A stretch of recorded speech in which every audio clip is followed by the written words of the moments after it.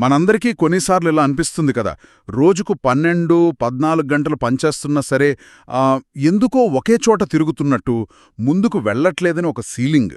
అవును, చాలా common feeling అది. బర్న్అవుట్ అంచున ఉన్నట్టు. ఎగ్జాక్ట్లీ. చాలా కష్టపడుతున్నాం, కానీ ఫలితం మాత్రం కనిపించదు. అసలు మనం చేస్తున్నది కేవలం కష్టపడటమా, అంటే హార్డ్ వర్కా, లేక ఉన్నతమైన పనితీరు వైపు, హై పర్ఫార్మెన్స్ వైపు వెళ్తున్నామా? అదే ప్రశ్న. సరిగ్గా ఈ ప్రశ్నే నన్ను ఈరోజు మనం మాట్లాడుకోబోయే ఒక అద్భుతమైన పుస్తకం దగ్గరకు తీసుకెళ్ళింది. ఓ, ఆసక్తికరంగా ఉంది. అవును, దాని పేరు the high performance entrepreneur. Subroto Bagchi రాసింది కదా, మైండ్ట్రీ సహవ్యవస్థాపకుడు. ఆయనే. ఇది 10 రోజుల్లో బిలియనేర్ అవ్వడం ఎలా లాంటి పుస్తకం కాదు. అలాంటివి చాలా ఉంటాయి. అవును, ఇది షార్ట్కట్లు చెప్పదు. ఒక వ్యాపారవేత్తగా ఆ ప్రయాణంలో నిలబడటానికి కావలసిన అంతర్గత బలం గురించి మాట్లాడుతుంది. నిజమే. ఒక రకంగా చెప్పాలంటే ఇది కేవలం వ్యాపారవేత్తలకే కాదు, తన కెరియర్లో నెక్స్ట్ లెవెల్కి వెళ్లాలనుకునే ఎవరికైనా, అది కార్పొరేట్ ఉద్యోగి అయినా కళాకారుడైనా ఇది వర్తిస్తుంది. ఎందుకలా అంటున్నారు? ఎందుకంటే ఇది కేవలం వ్యాపారాన్ని ఎలా నిర్మించాలో చెప్పదు, అంతకన్నా ముందు మనల్ని మనం ఎలా నిర్మించుకోవాలో నేర్పుతుంది. మంచి పాయింట్. అయితే అసలు ఈ హై పెర్ఫార్మెన్స్ ఎంటర్‌ప్రెన్యూర్ అనే మాటకు అర్థమేంటి? పుస్తకం చదివినప్పుడు నాకు చాలా సింపుల్గా కానీ చాలా పవర్ఫుల్గా అనిపించిన ఒక తేడా ఉంది. ఏంటది? సాధారణ వ్యాపారవేత్తకు హై పెర్ఫార్మెన్స్ వ్యాపారవేత్తకు మధ్య తేడా వాళ్ళడిగే ప్రశ్నల్లోనే కనిపిస్తుంది. ఓకే. ఉదాహరణకి, ఒక సాధారణ వ్యాపారవేత్త ఈ త్రైమాసికంలో లాభమెంత అని అడుగుతాడు. Short term focus. అవును. కాని ఒక హై పెర్ఫార్మెన్స్ వ్యాపారవేత్త ఏమడుగుతాడంటే, నేను సృష్టిస్తున్న విలువేమిటి, నేను కడుతున్న ఈ సంస్థ 10-20 ఏళ్ల తర్వాత కూడా అవసరంగా ఉంటుందా అని. వావ్! ఆ చిన్న మార్పులోనే మొత్తం దృక్పథం మారిపోతుంది కదా. ఖచ్చితంగా. ఆ ఆలోచనా విధానంలోనే అసలు రహస్యముంది.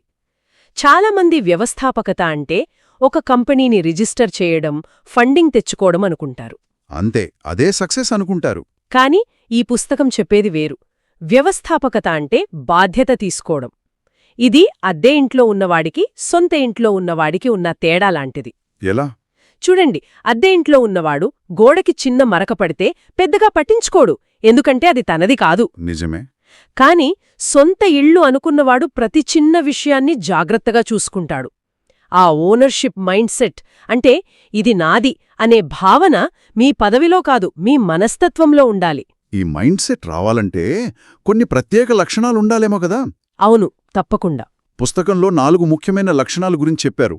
అవి చదువుతుంటే అవి ఒకదానితో ఒకటి ఎంత బలంగా ముడిమడి ఉన్నాయనిపించింది. ఏంటవి? ఆత్మపరిశీలన అంటే సెల్ఫ్ అవేర్నెస్, భావోద్వేగ క్రమశిక్షణ, ఇమోషనల్ డిసిప్లిన్, దీర్ఘకాలిక ఆలోచన, లాంగ్ టర్మ్ థింకింగ్, మరియు ఒత్తిడిలో నిజాయితీ, ఇంటిగ్రిటీ అండర్ ప్రెషర్. ఓకే. వీటిని ఒక లిస్టులా కాకుండా ఒకదానికొకటి ఎలా ఆధారపడి ఉన్నాయో చూద్దాం. ఇప్పుడు భావోద్వేగ క్రమశిక్షణ లేదనుకోండి, అంటే లాభం రాగానే పొంగిపోవడం, నష్టం రాగానే కుంగిపోవడం. అవును. అలాంటి వ్యక్తి ఒత్తిడి వచ్చినప్పుడు నిజాయితీగా ఉండటం అస్సలు సాధ్యమేనా? చాలా కష్టం. మార్కెట్ పడిపోయినప్పుడు భయంతో ఏదో ఒక తప్పుడు నిర్ణయం తీసుకునే ప్రమాదం ఉంది కదా. ఖచ్చితంగా. చాలా చాలా ముఖ్యమైన పాయింట్. ఇవి 4 స్తంభాల్లాంటివి. అంతే. ఒకటి బలహీనపడితే మిగతావి కూడా కూలిపోతాయి. ఇప్పుడు ఆత్మపరిశీలన అంటే మీ బలాలు బలహీనతలు మీకు తెలియకపోతే మీరు ఎలాంటి దీర్ఘకాలిక ప్రణాళికను సరిగ్గా వేసుకోలేరు. కరెక్ట్. అలాగే ఆ లాంగ్ టర్మ్ విజన్ లేకపోతే స్వల్పకాలిక లాభాల కోసం నిజాయితీని పక్కన పెట్టే అవకాశం ఎక్కువ. అందుకే రచయిత అంటారు, ఈ లక్షణాలన్నీ ఒకదానితో ఒకటి పెనవేసుకుని ఉంటాయని. ఇక్కడే నాకు చాలా ఆసక్తికరంగా అనిపించిన ఒక పాయింట్ ఉంది. చెప్పండి. ఈ రోజుల్లో మనం ఎక్కడ చూసినా వాల్యుయేషన్, ఫండింగ్, యూనికార్న్ గురించే మాటలు. అవును, అవే హెడ్లైన్స్. ఒక కంపెనీ విజయాన్ని $1 బిలియన్ కొలుస్తున్నాం, కానీ ఈ పుస్తకం చెప్పేది దానికి పూర్తిగా వ్యతిరేకం. వాల్యుయేషన్ కన్నా విలువలే గొప్పని అంటుంది. ఇది వినడానికి చాలా ఆదర్శంగా ఉంది గాని ప్రాక్టికల్గా ఎంతవరకు సాధ్యం? డబ్బు లేకుండా వ్యాపారం నడపలేం గదా. ఇది చాలా మంచి ప్రశ్న. చాలా మందికి వచ్చే సందేహం కూడా ఇదే. అవును. చూడండి, రచయిత డబ్బు ముఖ్యం కాదని చెప్పట్లేదు, డబ్బు అనేది వ్యాపారానికి ఆక్సిజన్ లాంటిది. అది తప్పనిసరి. ఓకే. కాని ఆయన హెచ్చరిస్తున్నదేంటంటే, కేవలం డబ్బు అనే అంకెను వెంబడించే క్రమంలో విలువల్ని పక్కన పెడితే డబ్బు ఆ వాల్యుయేషన్ ఎక్కువ కాలం నిలబడదని. ఎగ్జాక్ట్లీ. ఒక అనైతిక నిర్ణయం, ఒక తప్పుడు పని, సంవత్సరాల తరబడి కష్టపడి నిర్మించిన బ్రాండ్ ఇమేజ్ను, ఆ నమ్మకాన్ని గంటల్లో మట్టిలో కలిపేగలదు. నిజమే, ఉదాహరణలు చాలా చూశాం. అవును. దీన్ని ఇలా ఆలోచించండి. నమ్మకం అంటే ట్రస్ట్ అనేది మీ బ్రాండ్కి ఒక ఇన్షూరెన్స్ పాలసీ లాంటిది. ఇన్షూరెన్స్ పాలసీనా? అవును. అంతా బాగున్నప్పుడు ప్రతీ నెలా ప్రీమియం కట్టడం దండగా అనిపించొచ్చు. కాని ఎప్పుడైనా అనుకోని సంక్షోభం వచ్చినప్పుడు, మార్కెట్లో మీ గురించి తప్పుడు వార్తలు వచ్చినప్పుడు, కస్టమర్లకు మీమీదున్న నమ్మకమే మిమ్మల్ని కాపాడుతుంది. ఆ నమ్మకాన్ని నిర్మించేవే విలువలు. అంతే. కాబట్టి విలువలు అనేవి కేవలం నైతిక విషయం కాదు. అది ఒక తెలివైన వ్యాపార వ్యూహం. మీరు సంక్షోభం అన్నారు కదా, అక్కడే అసలు పరీక్ష మొదలవుతుంది. వ్యాపారమంటేనే ఒత్తిడి, పోటీ, ఆర్థిక మాంద్యం, టీంలో సమస్యలు, ఇలా ఎన్నో. ఈ పుస్తకంలో నన్ను బాగా ఆలోచింపజేసిన ఒక వాక్యముంది. Calmness is a competitive advantage. ఈ స్టార్టప్ ప్రపంచంలో ప్రశాంతంగా ఉండటం ఒక అడ్వాంటేజ్ ఎలా అవుతుంది? మంచి ప్రశ్న. అది మనల్ని నెమ్మదిగా మార్చేయదా? ఇది నెమ్మదిగా ఉండటం గురించి కాదు, ఇది స్పష్టంగా ఉండటం గురించి. ఓకే. ఒక మంచి ఉదాహరణ చూద్దాం. స్టాక్ మార్కెట్ క్రాష్ అయినప్పుడు చాలామంది ఇన్వెస్టర్లు ఏం చేస్తారు? భయంతో అమ్మేస్తారు. కానీ వారెన్ బఫెట్ లాంటి ప్రశాంతంగా ఆలోచించే పెట్టుబడిదారులు ఇదే మంచి కంపెనీలను తక్కువ ధరకు కొనే సువర్ణ అవకాశం అని గుర్తిస్తారు. అవును. వ్యాపారంలో కూడా అంతే. మీ పోటీదారులు భయంతో ఉద్యోగులను తీసేస్తున్నప్పుడు ప్రశాంతంగా ఉన్న నాయకుడు అదే సమయంలో మంచి ప్రతిభావంతులను తన కంపెనీలోకి తెచ్చుకోవచ్చు. వావ్, ఇది మంచి పర్స్పెక్టివ్. అందరూ భయంతో వెనక్కి తగ్గుతున్నప్పుడు మీరు స్పష్టమైన ఆలోచనతో ముందుకు వేసే అడుగే మీకు అతిపెద్ద పోటీ ప్రయోజనమవుతుంది. అయితే ప్రశాంతతను అలవర్చుకోవడం ఎలా? అంత ఒత్తిడిలో ఉన్నప్పుడు మనసు గందరగోళంగా ఉంటుంది కదా, దాన్ని ఎలా అధిగమించాలి? దీనికి పుస్తకంలో ఒక ప్రాక్టికల్ ఫ్రేమ్వర్క్ ఇచ్చారు. ఒత్తిడిలో నిర్ణయం తీసుకునేటప్పుడు 3 విషయాలను గుర్తుంచుకోమంటారు. ఏంటవి?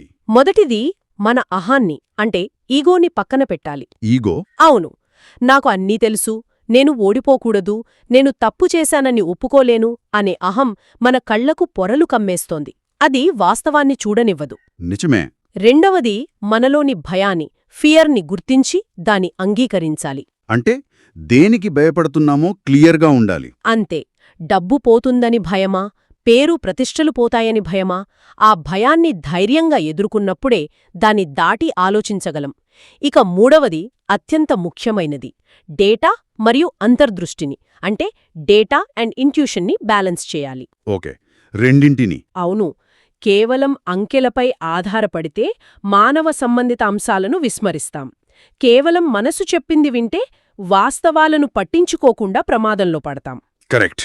కానీ ఒక గొప్ప నాయకుడు డేటాను విశ్లేషించి తన అనుభవంతో వచ్చిన అంతర్దృష్టిని జోడించి నిర్ణయం తీసుకుంటాడు. ఇలా చేసినప్పుడు అది కేవలం ఒత్తిడికి మనమిచ్చే ప్రతిస్పందన అంటే రియాక్షన్ కాదు, అది ఒక స్పష్టమైన ఆలోచించి తీసుకున్న నిర్ణయం, డెసిషన్ అవుతుంది.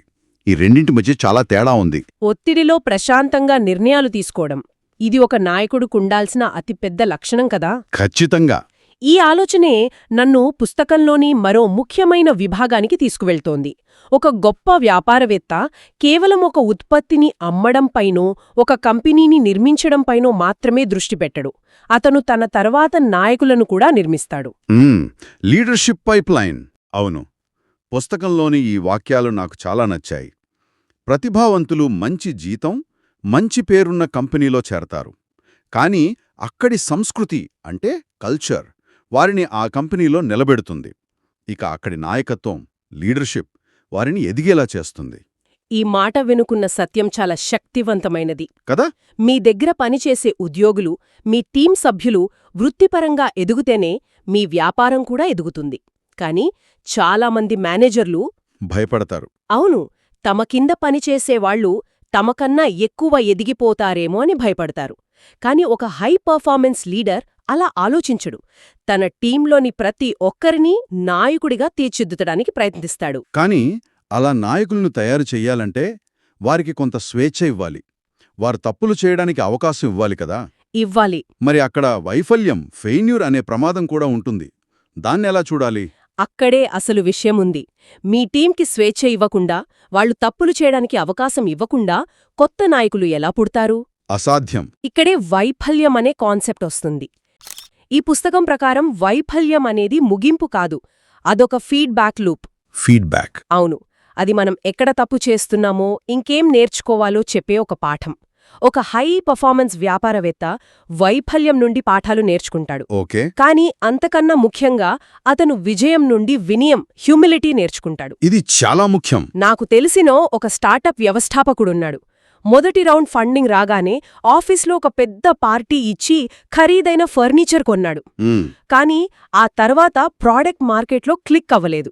అతను తర్వాత నాతో చెప్పిన మాటేంటంటే, నేను విజయాన్ని కాదు, నా అహంకారాన్ని సెలబ్రేట్ చేసుకున్నాను అని. వావ్! విజయం తలకెక్కితే అక్కడితో ఎదుగుదల ఆగిపోతుంది.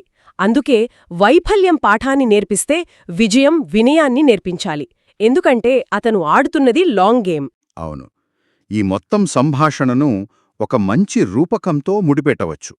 వ్యాపారవేత్త ప్రయాణం ఒక మారథాన్, స్ప్రింట్ కాదు. కరెక్ట్.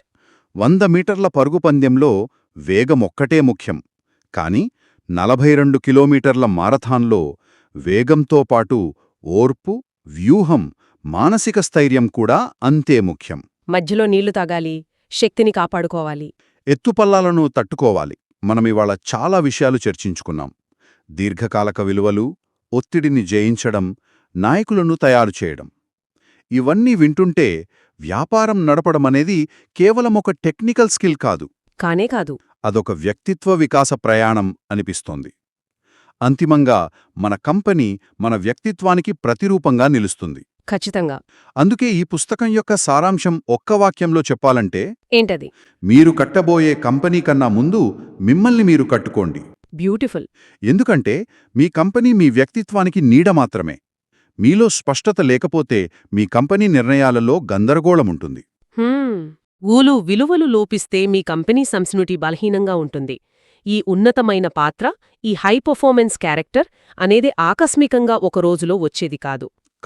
అది ప్రతిరోజూ ప్రతి చిన్న నిర్ణయంలో మనం చేసే సరైన ఎంపికల ఫలితం. చాలా అద్భుతంగా ముగించారు. ఈ చర్చను ముగిస్తూ మన శ్రోతలను ఆలోచింపజేసే ఒక ప్రశ్నతో ముగుద్దాం. తప్పకుండా. ఈ పుస్తకమంతా మిమ్మల్ని మీరు నిర్మించుకోవడం గురించే చెప్తోంది.